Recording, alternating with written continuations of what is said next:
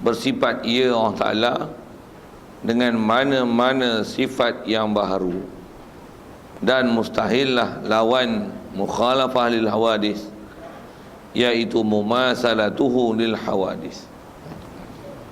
Hadirin sekalian, pertama sekali syukur terima kasih kita kepada Allah Ta'ala. Syukur terima kasih kita kepada Allah Ta'ala, pertama sekali nikmat hidup masih diberi ke kita pagi ni, dan syukur kita dapat Islam. Lebih-lebih lagi syukur kita Allah Ta'ala jadikan Islam kita bukan baka dan keturunan saja, tapi dijadikan kita boleh hadir ke masjid, ke surau, ke majlis ilmu, faham ilmu, dan boleh membenarkan semua ajaran Nabi kita Muhammad sallallahu alaihi wasallam. Yang dengan kita membenarkan di hati semua ajaran yang dibawanya, itulah dikatakan iman. Syukur kita juga dapat sihat, dapat masa, juga ada keupayaan boleh hadir ke majlis ilmu pagi ni. Yang dengan itu dapat insya-Allah kita nak menyambung semula pengajian kita daripada bacaan kitab daripada kitab Paku Iman ni insya-Allah. Dan kita dalam masjid ni main iktikaf bersama. Kalau tak niat iktikaf lagi, lepas niatnya saja aku iktikaf dalam masjid ni kerana Allah Ta'ala.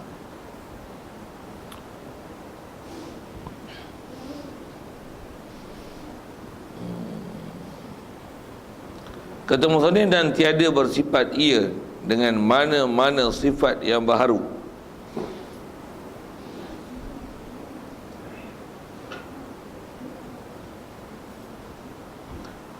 Ada sekalian dengan apa yang kita nak sambung ni, kalau ikut masih lagi dia nak beri satu kaedah umum yang kalau ikut untuk dia kunci apa yang sedang kita bicara dalam bab mukhalafah lil hawadis, yang mestilah Allah Ta'ala ni menyalahi baharu. Baik, prinsip daripada apa yang telah kita belajar yang lepas, antaranya mustahil berjirim, berjisim, jauhar, arad, bertempat, dilalui oleh masa, berpihak, ada di pihak, dia sendiri ada pihak, subhanallah, semua itu pada Allah Ta'ala. Itu juga mustahil Allah Ta'ala buat satu dengan berkerana, buat dengan ambil manfaat, buat kerana buat sesuatu untuk dia ambil manfaat atau faedah, buat berkerana sesuatu ataupun mengkeranakan sesuatu barulah dia buat. Semua itu adalah mustahil pada Allah Ta'ala. Baik, jadi antara yang mustahil juga pada Allah Ta'ala adalah tiada bersifat ia Allah Ta'ala dengan mana-mana sifat yang baharu. Apa saja nama sifat baharu adalah mustahil. Baik, antara sifat baharu tu apa dia? Yang rasanya tak disebut lagi dengan senarai yang telah kita lihat itu adalah ada hati dan perasaan yang turut. Kalau nisbah yang tak disebut, yang terdekat kita jumpa adalah membuat sesuatu atas berkerana, kan?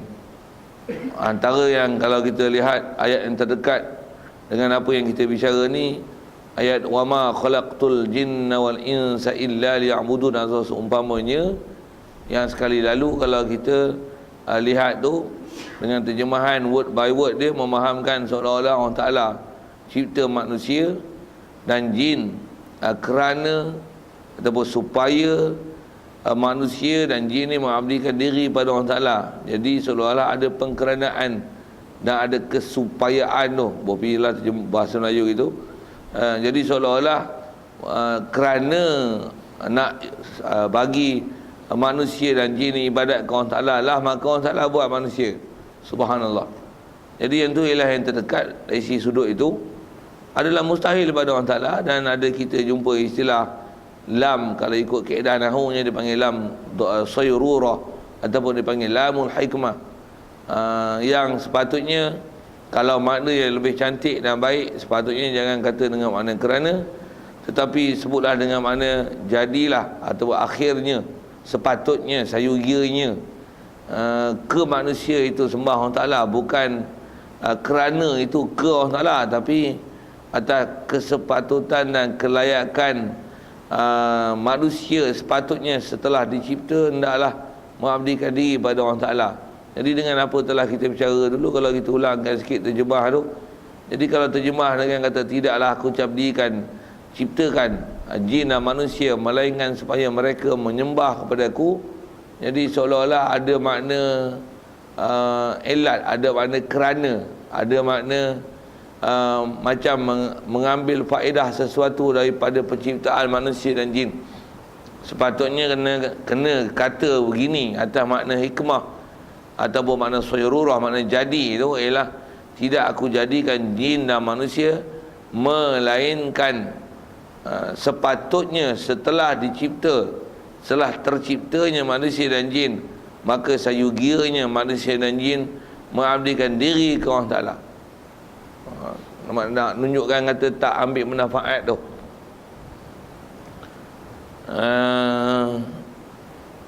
Jadi kalau ikut yang tu ialah yang terdekat kita bicara. Jadi di atas ayat dia kata tiada bersifat ia Allah Ta'ala dengan mana-mana sifat baharu tu. Jadi apa maksudnya?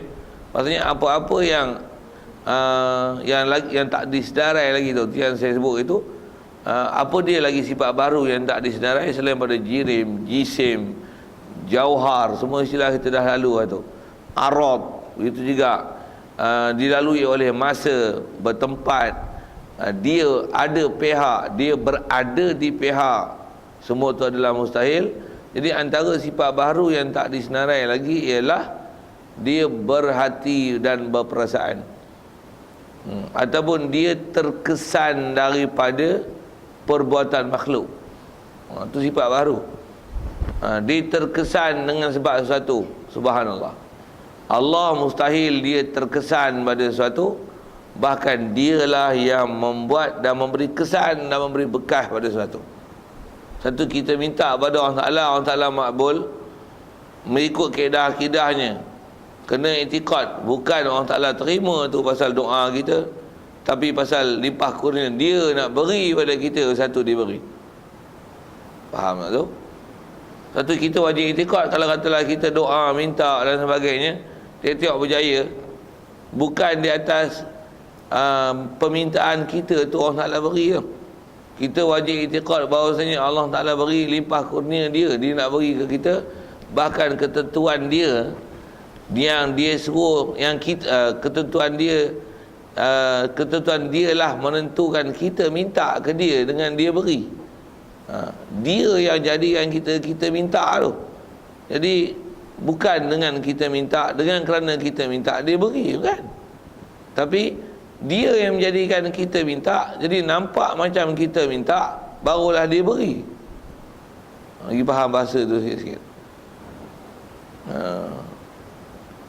Jadi mustahil atas kata sifat baharu tu tak mana tentang i'tiqad kan, bahawasanya apa yang ada pada makhluk ni terkesan ke Allah Ta'ala. Subhanallah. Satu mustahil ayat yang disebut tadi, Allah Ta'ala hati dan berperasaan. Subhanallah. Allah Ta'ala bukan hati perasaan, pasal hati perasaan ni dia adalah kesan dengan sebab adanya sesuatu, maka terjadilah sesuatu.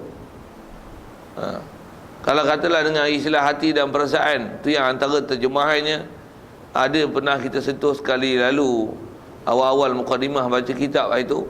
Apa dia? Makna penyayang, kasih, itu juga pemurah.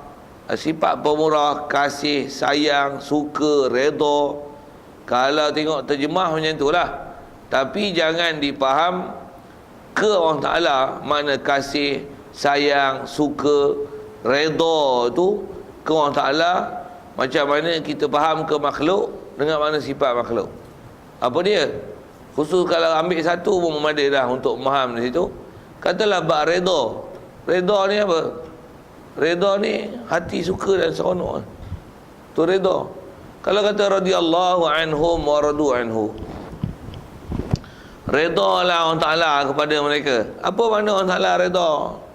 Bukan redha tu maksudnya apa yang dibuat, katalah buah kita, Allah Ta'ala redha pada kita, Allah Ta'ala redha pada para sahabat. Jadi redha tu makna apa? Adakah redha dengan makna hati dan perasaan? Asal kalau digunakan bahasa itu yang terkesan dengan sebab, kalau katalah bila istilah redha ni antaranya kita sebut Allah redha, antara orang yang diredai oleh Allah Ta'ala adalah para sahabat. Pasal sebut dengan radhiyallahu anhum, Allah Ta'ala redha pada mereka. Jadi adakah redha itu dengan makna Allah Ta'ala terkesan pada diri dia dengan perbuatan sahabat, dengan mana sahabat taat patuh perintah pada Allah Ta'ala, dengan sahabat taat dan patuh pada perintah Allah Ta'ala, Allah Ta'ala redha dengan mana terkesan pada Allah Ta'ala di atas redha sahabat, di atas taat dan patuhnya sahabat pada Allah Ta'ala itu. Mustahil itu. Bahkan wajib itikad apa? Allah yang anugerah para sahabat. Begitu juga siapa-siapa saja yang Allah Ta'ala nak bahasakan redha pada mereka itu, ya Allah yang anugerahkan mereka dengan sifat-sifat demikian, bukan dengan sifat dan tingkah laku yang ada pada makhluk. Dengan sebab itu maka terkesanlah Allah Ta'ala, dengan sebab itu Allah Ta'ala redha. Itu bagi betul pahaman, prinsip faham akidah. Satu salah mengiktikadkan kalau katalah Allah Ta'ala penyayang. Okey. Apa maksud Allah Ta'ala sayang? Bukan sayang Allah Ta'ala tu. Katalah kita ni susah untuk kita memohon pada Allah Ta'ala berulang kali, sentiasa, pula tu dengan penuh hati dan perasaan, pula tu dengan istilahnya menghayati apa yang kita minta pula selalu siang malam pagi petang dalam keadaan dhaif, miskin, apa kedana, lepas tu cacat pula, menangis pula minta ke Allah Ta'ala. Lepas tu Allah Ta'ala pun dia kesian dekat kita, lepas tu dia beri. Kesian tu. Adakah kesian itu dengan mana hal yang ada pada kita itu mempengaruhi Allah Ta'ala untuk beri? Tak. Subhanallah. Pasal wajib i'tiqad, siapa yang bagi kesan dekat siapa? Tu bagi betul lagi i'tiqad. Siapa bagi kesan dekat siapa? Kita yang mengkesankan Allah Ta'ala ke Allah yang mengkesan dengan kita? Tu bagi betul tu. Satu, habis tu kita duk minta doa apa semua ni, nisbah kat kita ditaklif untuk minta bersungguh, menghayati, apa lagi siang malam pagi petang, apa lagi tak jemu, tak putus asa untuk meminta, dalam keadaan dhaif ke apa ke dan sebagainya. Itu satu hal lah. Apatah lagi istilahnya kita dizalimi dan sebagainya. Jadi kalau tengok faktor sabab di atas faktor bersungguh, faktor menghayati, ada penghayatan dan menjiwai apa yang diminta, itu mungkin salah satu faktor sebab Allah Ta'ala terima. Tapi kalau itu pandang pada sudut makhluk, tapi pandang pada sudut bab ketuhanan, kita wajib i'tiqad Allah mustahil nisbah dia berkenan dengan apa yang kita minta. Di atas apa hal yang ada pada kita maka dia berkenan. Bahkan dia memperkenan di atas apa yang dia tidak berkenan. Bahkan hal yang ada pada kita tu dia yang jadi hal, dia yang jadikan hal tu pada kita. Tu lagi betul tu pahaman tu. Satu, kalau kita belajar apa, kalau tak sampai dalam bab-bab hati perasaan begitu, bab apa? Kita belajar bab mudah-mudah, kita dah belajar dulu bab masalah kita sakit maka ubat. Kita tak i'tiqad orang tak apa ubat menyembuhkan, bahkan Allah yang menyembuh. Kenapa lagi tu? Atas faktor sabab usaha ikhtiar, kita lapar makan, ngantuk tidur, gelap buka lampu, panas buka kipas, apa lagi tak dengar pasang mikrofon, apa seumpama itu faktor kita. Tapi kalau kita faham dalam bab ketuhanan, kita buka lampu Allah bagi cerah, kita sakit makan ubat Allah bagi sembuh, kita lapar makan Allah bagi kenyang. I'tiqad kita ke Allah Ta'ala begitu. Tapi kat kita i'tiqad, kat kita ditaklif sabab dan kita kena buat sabab. Kat kita i'tiqad gitu dan kita buat gitu. Satu, kita nak sesuatu, i'tiqad kita nak satu, minta. Itu i'tiqad. Pasal kita i'tiqad kita ditaklif, kita disuruh buat sabab. Kita minta Allah Ta'ala beri. Allah beri dengan limpah kurnia dia, bukan diberi dengan permintaan kita.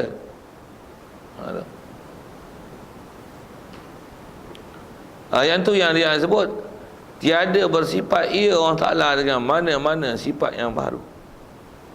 Satu, kalau kita sebut ciri-ciri siapa? Sahabat, Nabi, Rasul. Begitu juga orang-orang yang istilahnya orang yang hampir dengan Allah Ta'ala. Siapa dia? Wali. Wali dengan mana orang yang sangat taat pada Allah Ta'ala, tinggalkan apa-apa nama bab-bab yang larangan daripada Allah Ta'ala. Jangan kata yang haram, makruh pun tak ada usik. Bahkan yang harus pun dibuat bukan di atas nak mensembamkan diri dia untuk mengikut kemahuan syahwat, bahkan dibuat itu kerana perkara tak dapat tidak daripadanya. Jadi macam mana boleh dapat itu? Jadi orang yang Nabi, Rasul, wali-wali ni dapat mentabak itu pasal i'tiqad dia, iman dia, akidah dia ialah orang yang sampai dia tak rasa diri dia menghasilkan sesuatu, bahkan dia akan rasa segala-galanya adalah Allah Ta'ala. Satu tengok Nabi, Rasul, Allah Ta'ala sebut kan bagaimana kata-kata mereka dan fahaman mereka dan i'tiqad mereka ke Allah Ta'ala setelah mereka buat susah payah usaha untuk mengajak manusia beriman kepada Allah Ta'ala. Dengan usaha dia buat susah payah, apa lagi kesabaran yang ada, dengan kesusahan yang ditempuhi, dengan kerenah manusia, fitnah, pembunuhan, pembohongan, tipu daya yang dibuat oleh makhluk, yang dia orang usaha sungguh-sungguh. Tengok-tengok manusia boleh ikut perintah Allah Ta'ala. Bila ditanya pada mereka macam mana mereka boleh dapat hidayah ni, dia kata apa? Wa ma taufiqi illa billah. Tidak ada keupayaan aku untuk boleh beri taufik pada manusia melainkan dengan Allah saja, dengan bantuan Allah, dengan kehendak Allah, dengan kuasa Allah. Allah saja boleh beri. Aku tak ada apa-apa. Kalau disebah apa ganjaran kita buat atas martabat kita kan, memang ada diberi galakan dan disebut pahala dengan sebab buat amalan tertentu. Tapi Nabi, Rasul, dia punya akidah dia lebih tinggi pada bab tu. Apa dia? Bila sebut tentang pahala-pahala, tak pernah terlintas nak dapat pahala. Bahkan apa yang dibuat, kata wa ma ajriya illa 'ala Allah, tidak adalah pahala aku, ganjaran aku, melainkan semuanya Allah yang beri. Tak ada terlintas di hati langsung nakkan sesuatu di atas apa yang dia nak buat.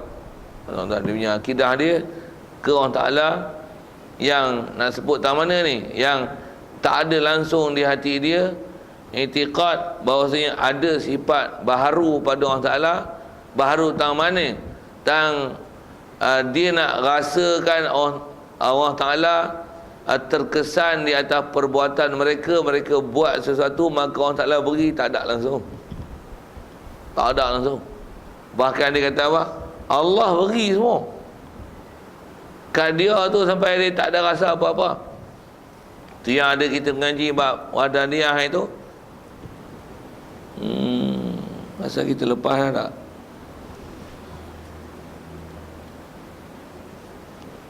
Ya. Mukhalafatu ta'ala binafsi, qiyamu binafsi. Wahdaniyah, kudrat. Kalau ikut pelajaran tu ke depan lah. Tapi rasanya ada bab kita belajar. Kalau kita dah biasa belajar dalam bab wahdaniyah yang Allah Ta'ala asa bab perbuatan dan sebagainya, kita tak akan rasa tu. Ada kita bicara dalam bab lalu, Allah Ta'ala yang buat semua. Kalau kata kita buka lampu, Allah Ta'ala bagi cahaya, dia yang bagi terang, cuma lalu kot lampu. Jadi bila kita rasakan Allah yang bagi terang, cuma lalu kot lampu, kita akan rasa semua hak Allah. Kalau Nabi-Nabi dan Rasul, dia punya jiwa dan akidah dia, i'tiqad dia ke Allah Ta'ala setiap masa macam tu. Macam mana pun atas kita bicara asal ni ialah tambah mukhalafah. Jadi fokus dan kata wajib i'tiqad bahawasanya Allah tidak akan ada sifat-sifat baharu pada dia. Ini antara baharu tu apa? Dia tidak terkesan di atas apa-apa perbuatan makhluk. Tu di atas kata tak terkesan tu lah. Tak terkesan di atas perbuatan makhluk tu. Tu yang wajib i'tiqad. Mustahil ada hati dan perasaan pada Allah Ta'ala. Tu ayat dia untuk menghuraikan, kata dia tak terkesan kan atas sesuatu tu. Mustahil ada hati dan perasaan pada Allah Ta'ala. Kerana hati dan perasaan dia adalah kesan daripada sesuatu Kalau bahasa Arabnya saya dengar ngaji tu guru sebut, kalau kata hati perasaan ni apa? Dia ialah riqatun fil qalbi. Dia ialah sifat nipis. Ataupun bahasa moden kan sikit, dia ialah sensitivity yang ada di hati. Jadi bila sebut sensitivity ni, dia macam ada sensor, ada kesan. Dia ada taksir syai' ala syai'. Kesan suatu atas suatu. Allah Ta'ala. Maka takkan dia terkesan di atas perbuatan kita. Yang kalau kita belajar bab hadis tentang bab kesan ni, kalau manusia semua beriman pada Allah Ta'ala, Allah Ta'ala macam mana? Duk jatuh kan dia jadi megah, seronok di atas berimannya manusia. Pasal yang beriman tu pun, kalau kita renung balik, pasal apa manusia beriman? Allah yang bagi jadi manusia beriman. Takkan dia bagi orang beriman untuk dia syok orang beriman, sedangkan dia yang bagi jadi orang beriman. Tak kena, tak betul. Kalau katalah manusia semua kufur pada Allah Ta'ala, adakah dengan sebab tu dia pun naik biarang, apa lagi dia pun murka dengan sebab terkesannya dia di atas manusia yang semua derhaka pada Allah Ta'ala, sedangkan dia yang bagi manusia jadi derhaka pada dia. Takkan dia terkesan di atas manusia derhaka pada dia dengan sebab dia yang buat derhaka? Takkan gitu. Satu, kalau ada bahasa macam tu, Allah Ta'ala murka, Allah Ta'ala marah, Allah Ta'ala balas. Jadi apa makna balas? Balas bukan makna terkesan, tapi balas dengan makna dia dah tentukan dan sediakan azab untuk golongan ni. Kalau kata Allah Ta'ala murka dengan makna apa? Dia sediakan seksa, dia sediakan balasan neraka bagi orang yang ada istilah murka pada mereka tu. Jadi jangan dipaham Allah Ta'ala murka dengan mana sifat makhluk, murka dengan mana ada hati dan perasaan. Subhanallah. Tak. Satu mana-mana ayat Quran, hadis-hadis, kalau kita belajar dalam tafsir pun, adalah hadis pun, memang kalau belajar satu-satu sebiji-sebiji, pengikut kaedah ulama ahli sunnah wal jamaah, dan mengikut kaedah kalau kita belajar bab tafsir, bab hadis, yang macam mana ulama telah murnikan syarahan dia, apa yang sepatutnya, semua disyarahkan macam tu. Satu bila sebut Ar-Rahman, Ar-Rahim, sebut apa? Innallaha yuhibbut tawabin. Allah Ta'ala kasih orang yang bertaubat. Apa makna kasih orang taubat? Maksudnya dia beri ganjaran pahala besar dan banyak pada orang taubat. Dia sediakan ganjaran yang baik, dia sediakan syurga bagi orang taubat. Itu maksud dia. Maksud kasih tu. Bukan kasih dengan mana terkesanlah pada Allah Ta'ala, siapa banyak taubat, maka pun dia pun syok kat kawan tu. Oh, bukan makna gitu. Makna syok tu salah. Satu tuan-tuan sikit dan sebut ini pasal yang ni pun saya tak perasan saya pernah sebut di sini atau tidak, tapi yang ni saya pernah dengar ada ceramah-ceramah motivasi dalam radio Hakim lah, bukan radio bodoh yang radio muzik tu. Radio muzik tu memang tak bisa sebut bab-bab ketuhanan, bab agama. Ni radio yang ada bunyi-bunyi, ada kata-kata istilah yang agama sikit lah.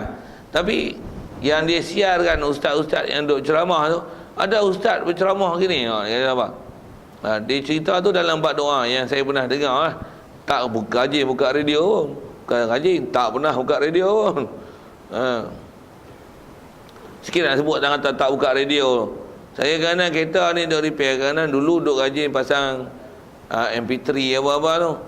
Bila duk repair tu, kadang ada rosak speaker ke apa, saya nak sejuk kata tak buka radio ya. Buka. Selalunya kalau kedai aksesori, dia nak test mikrofon lah. Dia nak test speaker, dia buka radio. Dia buka on radio tu. Oh, Haji tak ada buka radio lah. Orang biasa buka radio, dia set buka nombor 1 siaran mana, 2 nombor mana. Dia buka nombor 1, nombor 2, nombor 3, nombor 4, tak ada siaran. Saya pun tak perasan tu, dia perasan. Haji tak ada buka radio lah. Radio tak nak buka, tak pernah buka. Oh yo, itu macam dia tengok dia, oh ya, Haji macam ni memang tak nak dengar radio punya. Saya kata apa? Cina apa perasan kita? Apa saya nak sebut ni? Saya nak sebut tak dengar radio tu, tapi nak cerita apa ni?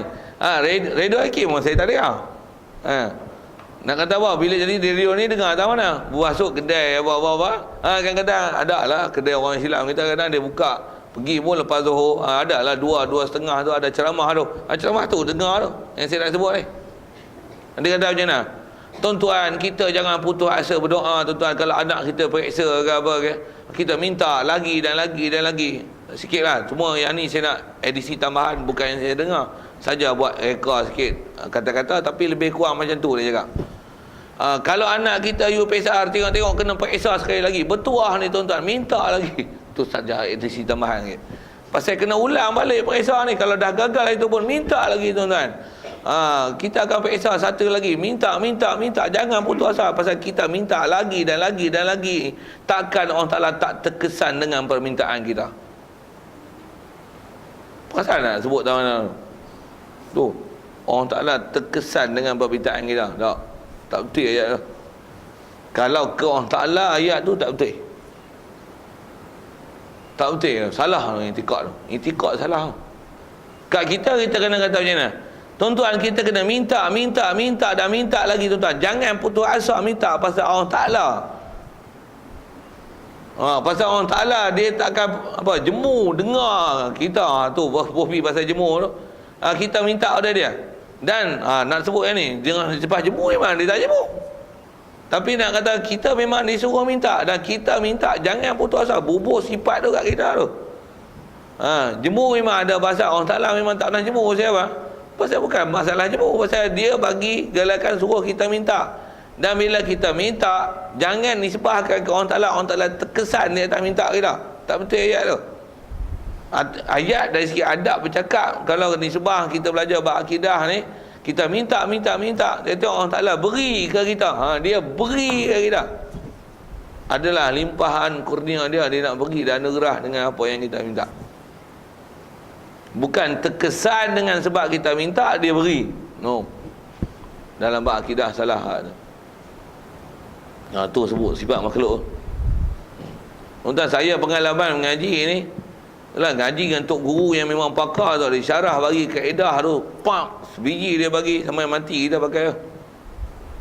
Yang tu jugalah kita bila dia kata ngaji ni, saya ngaji tafsir nak kata khatam 30 juzuk betul-betul satu ayat pun tak tinggal dak ayat. Ada agaklah miss kadang-kadang balik kampung apa. Waktu tu tok guru duk baca kitab, ada agaklah miss ayat Quran yang tak pergi ngaji. Tapi kaedah yang kita mengaji dalam kitab-kitab tauhid, apa yang ulama-ulama tok guru duk ajar tu, dia bagi prinsip tu, walaupun kita tak pernah ngaji ayat Quran tu, tapi kita boleh tahu kalau nisbah orang bagi syarahan, orang syarahan tu betul tak betul. Macam tuan-tuan lah saya sebut macam ni.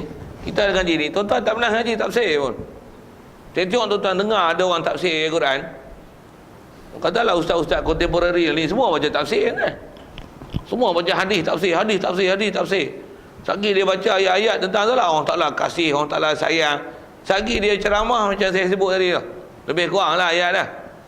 Tuan-tuan, kita usaha sungguh-sungguh Allah Ta'ala ni, dia takkan sia-siakan permintaan kita. Tak sia-sia tak bagi. Nak sebut tak kesan tu. Minta lagi dan lagi dan lagi. Takkan Allah Ta'ala tak terkesan dengan apa permintaan kita. Jadi kalau tuan-tuan mengaji dengan kaedah, tuan-tuan walaupun tuan-tuan tak ustaz, tuan-tuan boleh cakap ustaz ni macam tak ustaz. Walaupun ustaz something wrong kan. Ada akidah dia ngaji tak betul. Dia syarah tu tak syarah mengikut prinsip akidah yang betul, mengikut ahli sunnah wal jamaah. Nampak motivasi dia macam okey.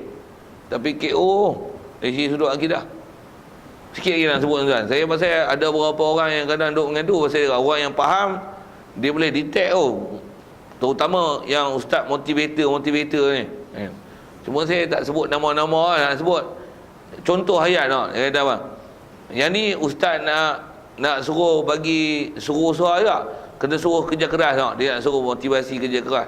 Tuan-tuan, bekerja keras jangan putus asa tuan. Kita usaha lagi. Qada dan qadar tuan-tuan, jangan jadi ganggu kita untuk buat usaha dan ikhtiar. Qada dan qadar ni hanya 30% saja. Qada dan qadar ni hanya 30%. Usaha ikhtiar ni adalah 70% untuk menentukan apa yang kita nak buat. Macam tu kah? Tak biasa aku ngaji kodok dalam keadaan ni 30% tu. Apa masalah dia? Memanglah dah nampak 30% tu. Ini masalah tak mana 30% ni? Salah lah sebut gitu. Kaedah kita macam mana? Apa yang kita berlaku ni dia bukan 30% tau. Kodok dan kodar ni 100%. Semua orang taklah. Ada pula 30% kepala otak kan ngaji ke mana? Oh, saya tak boleh, saya geram saya buat ayat tu. Kita ni 100%. Bukan 100%, 1000%.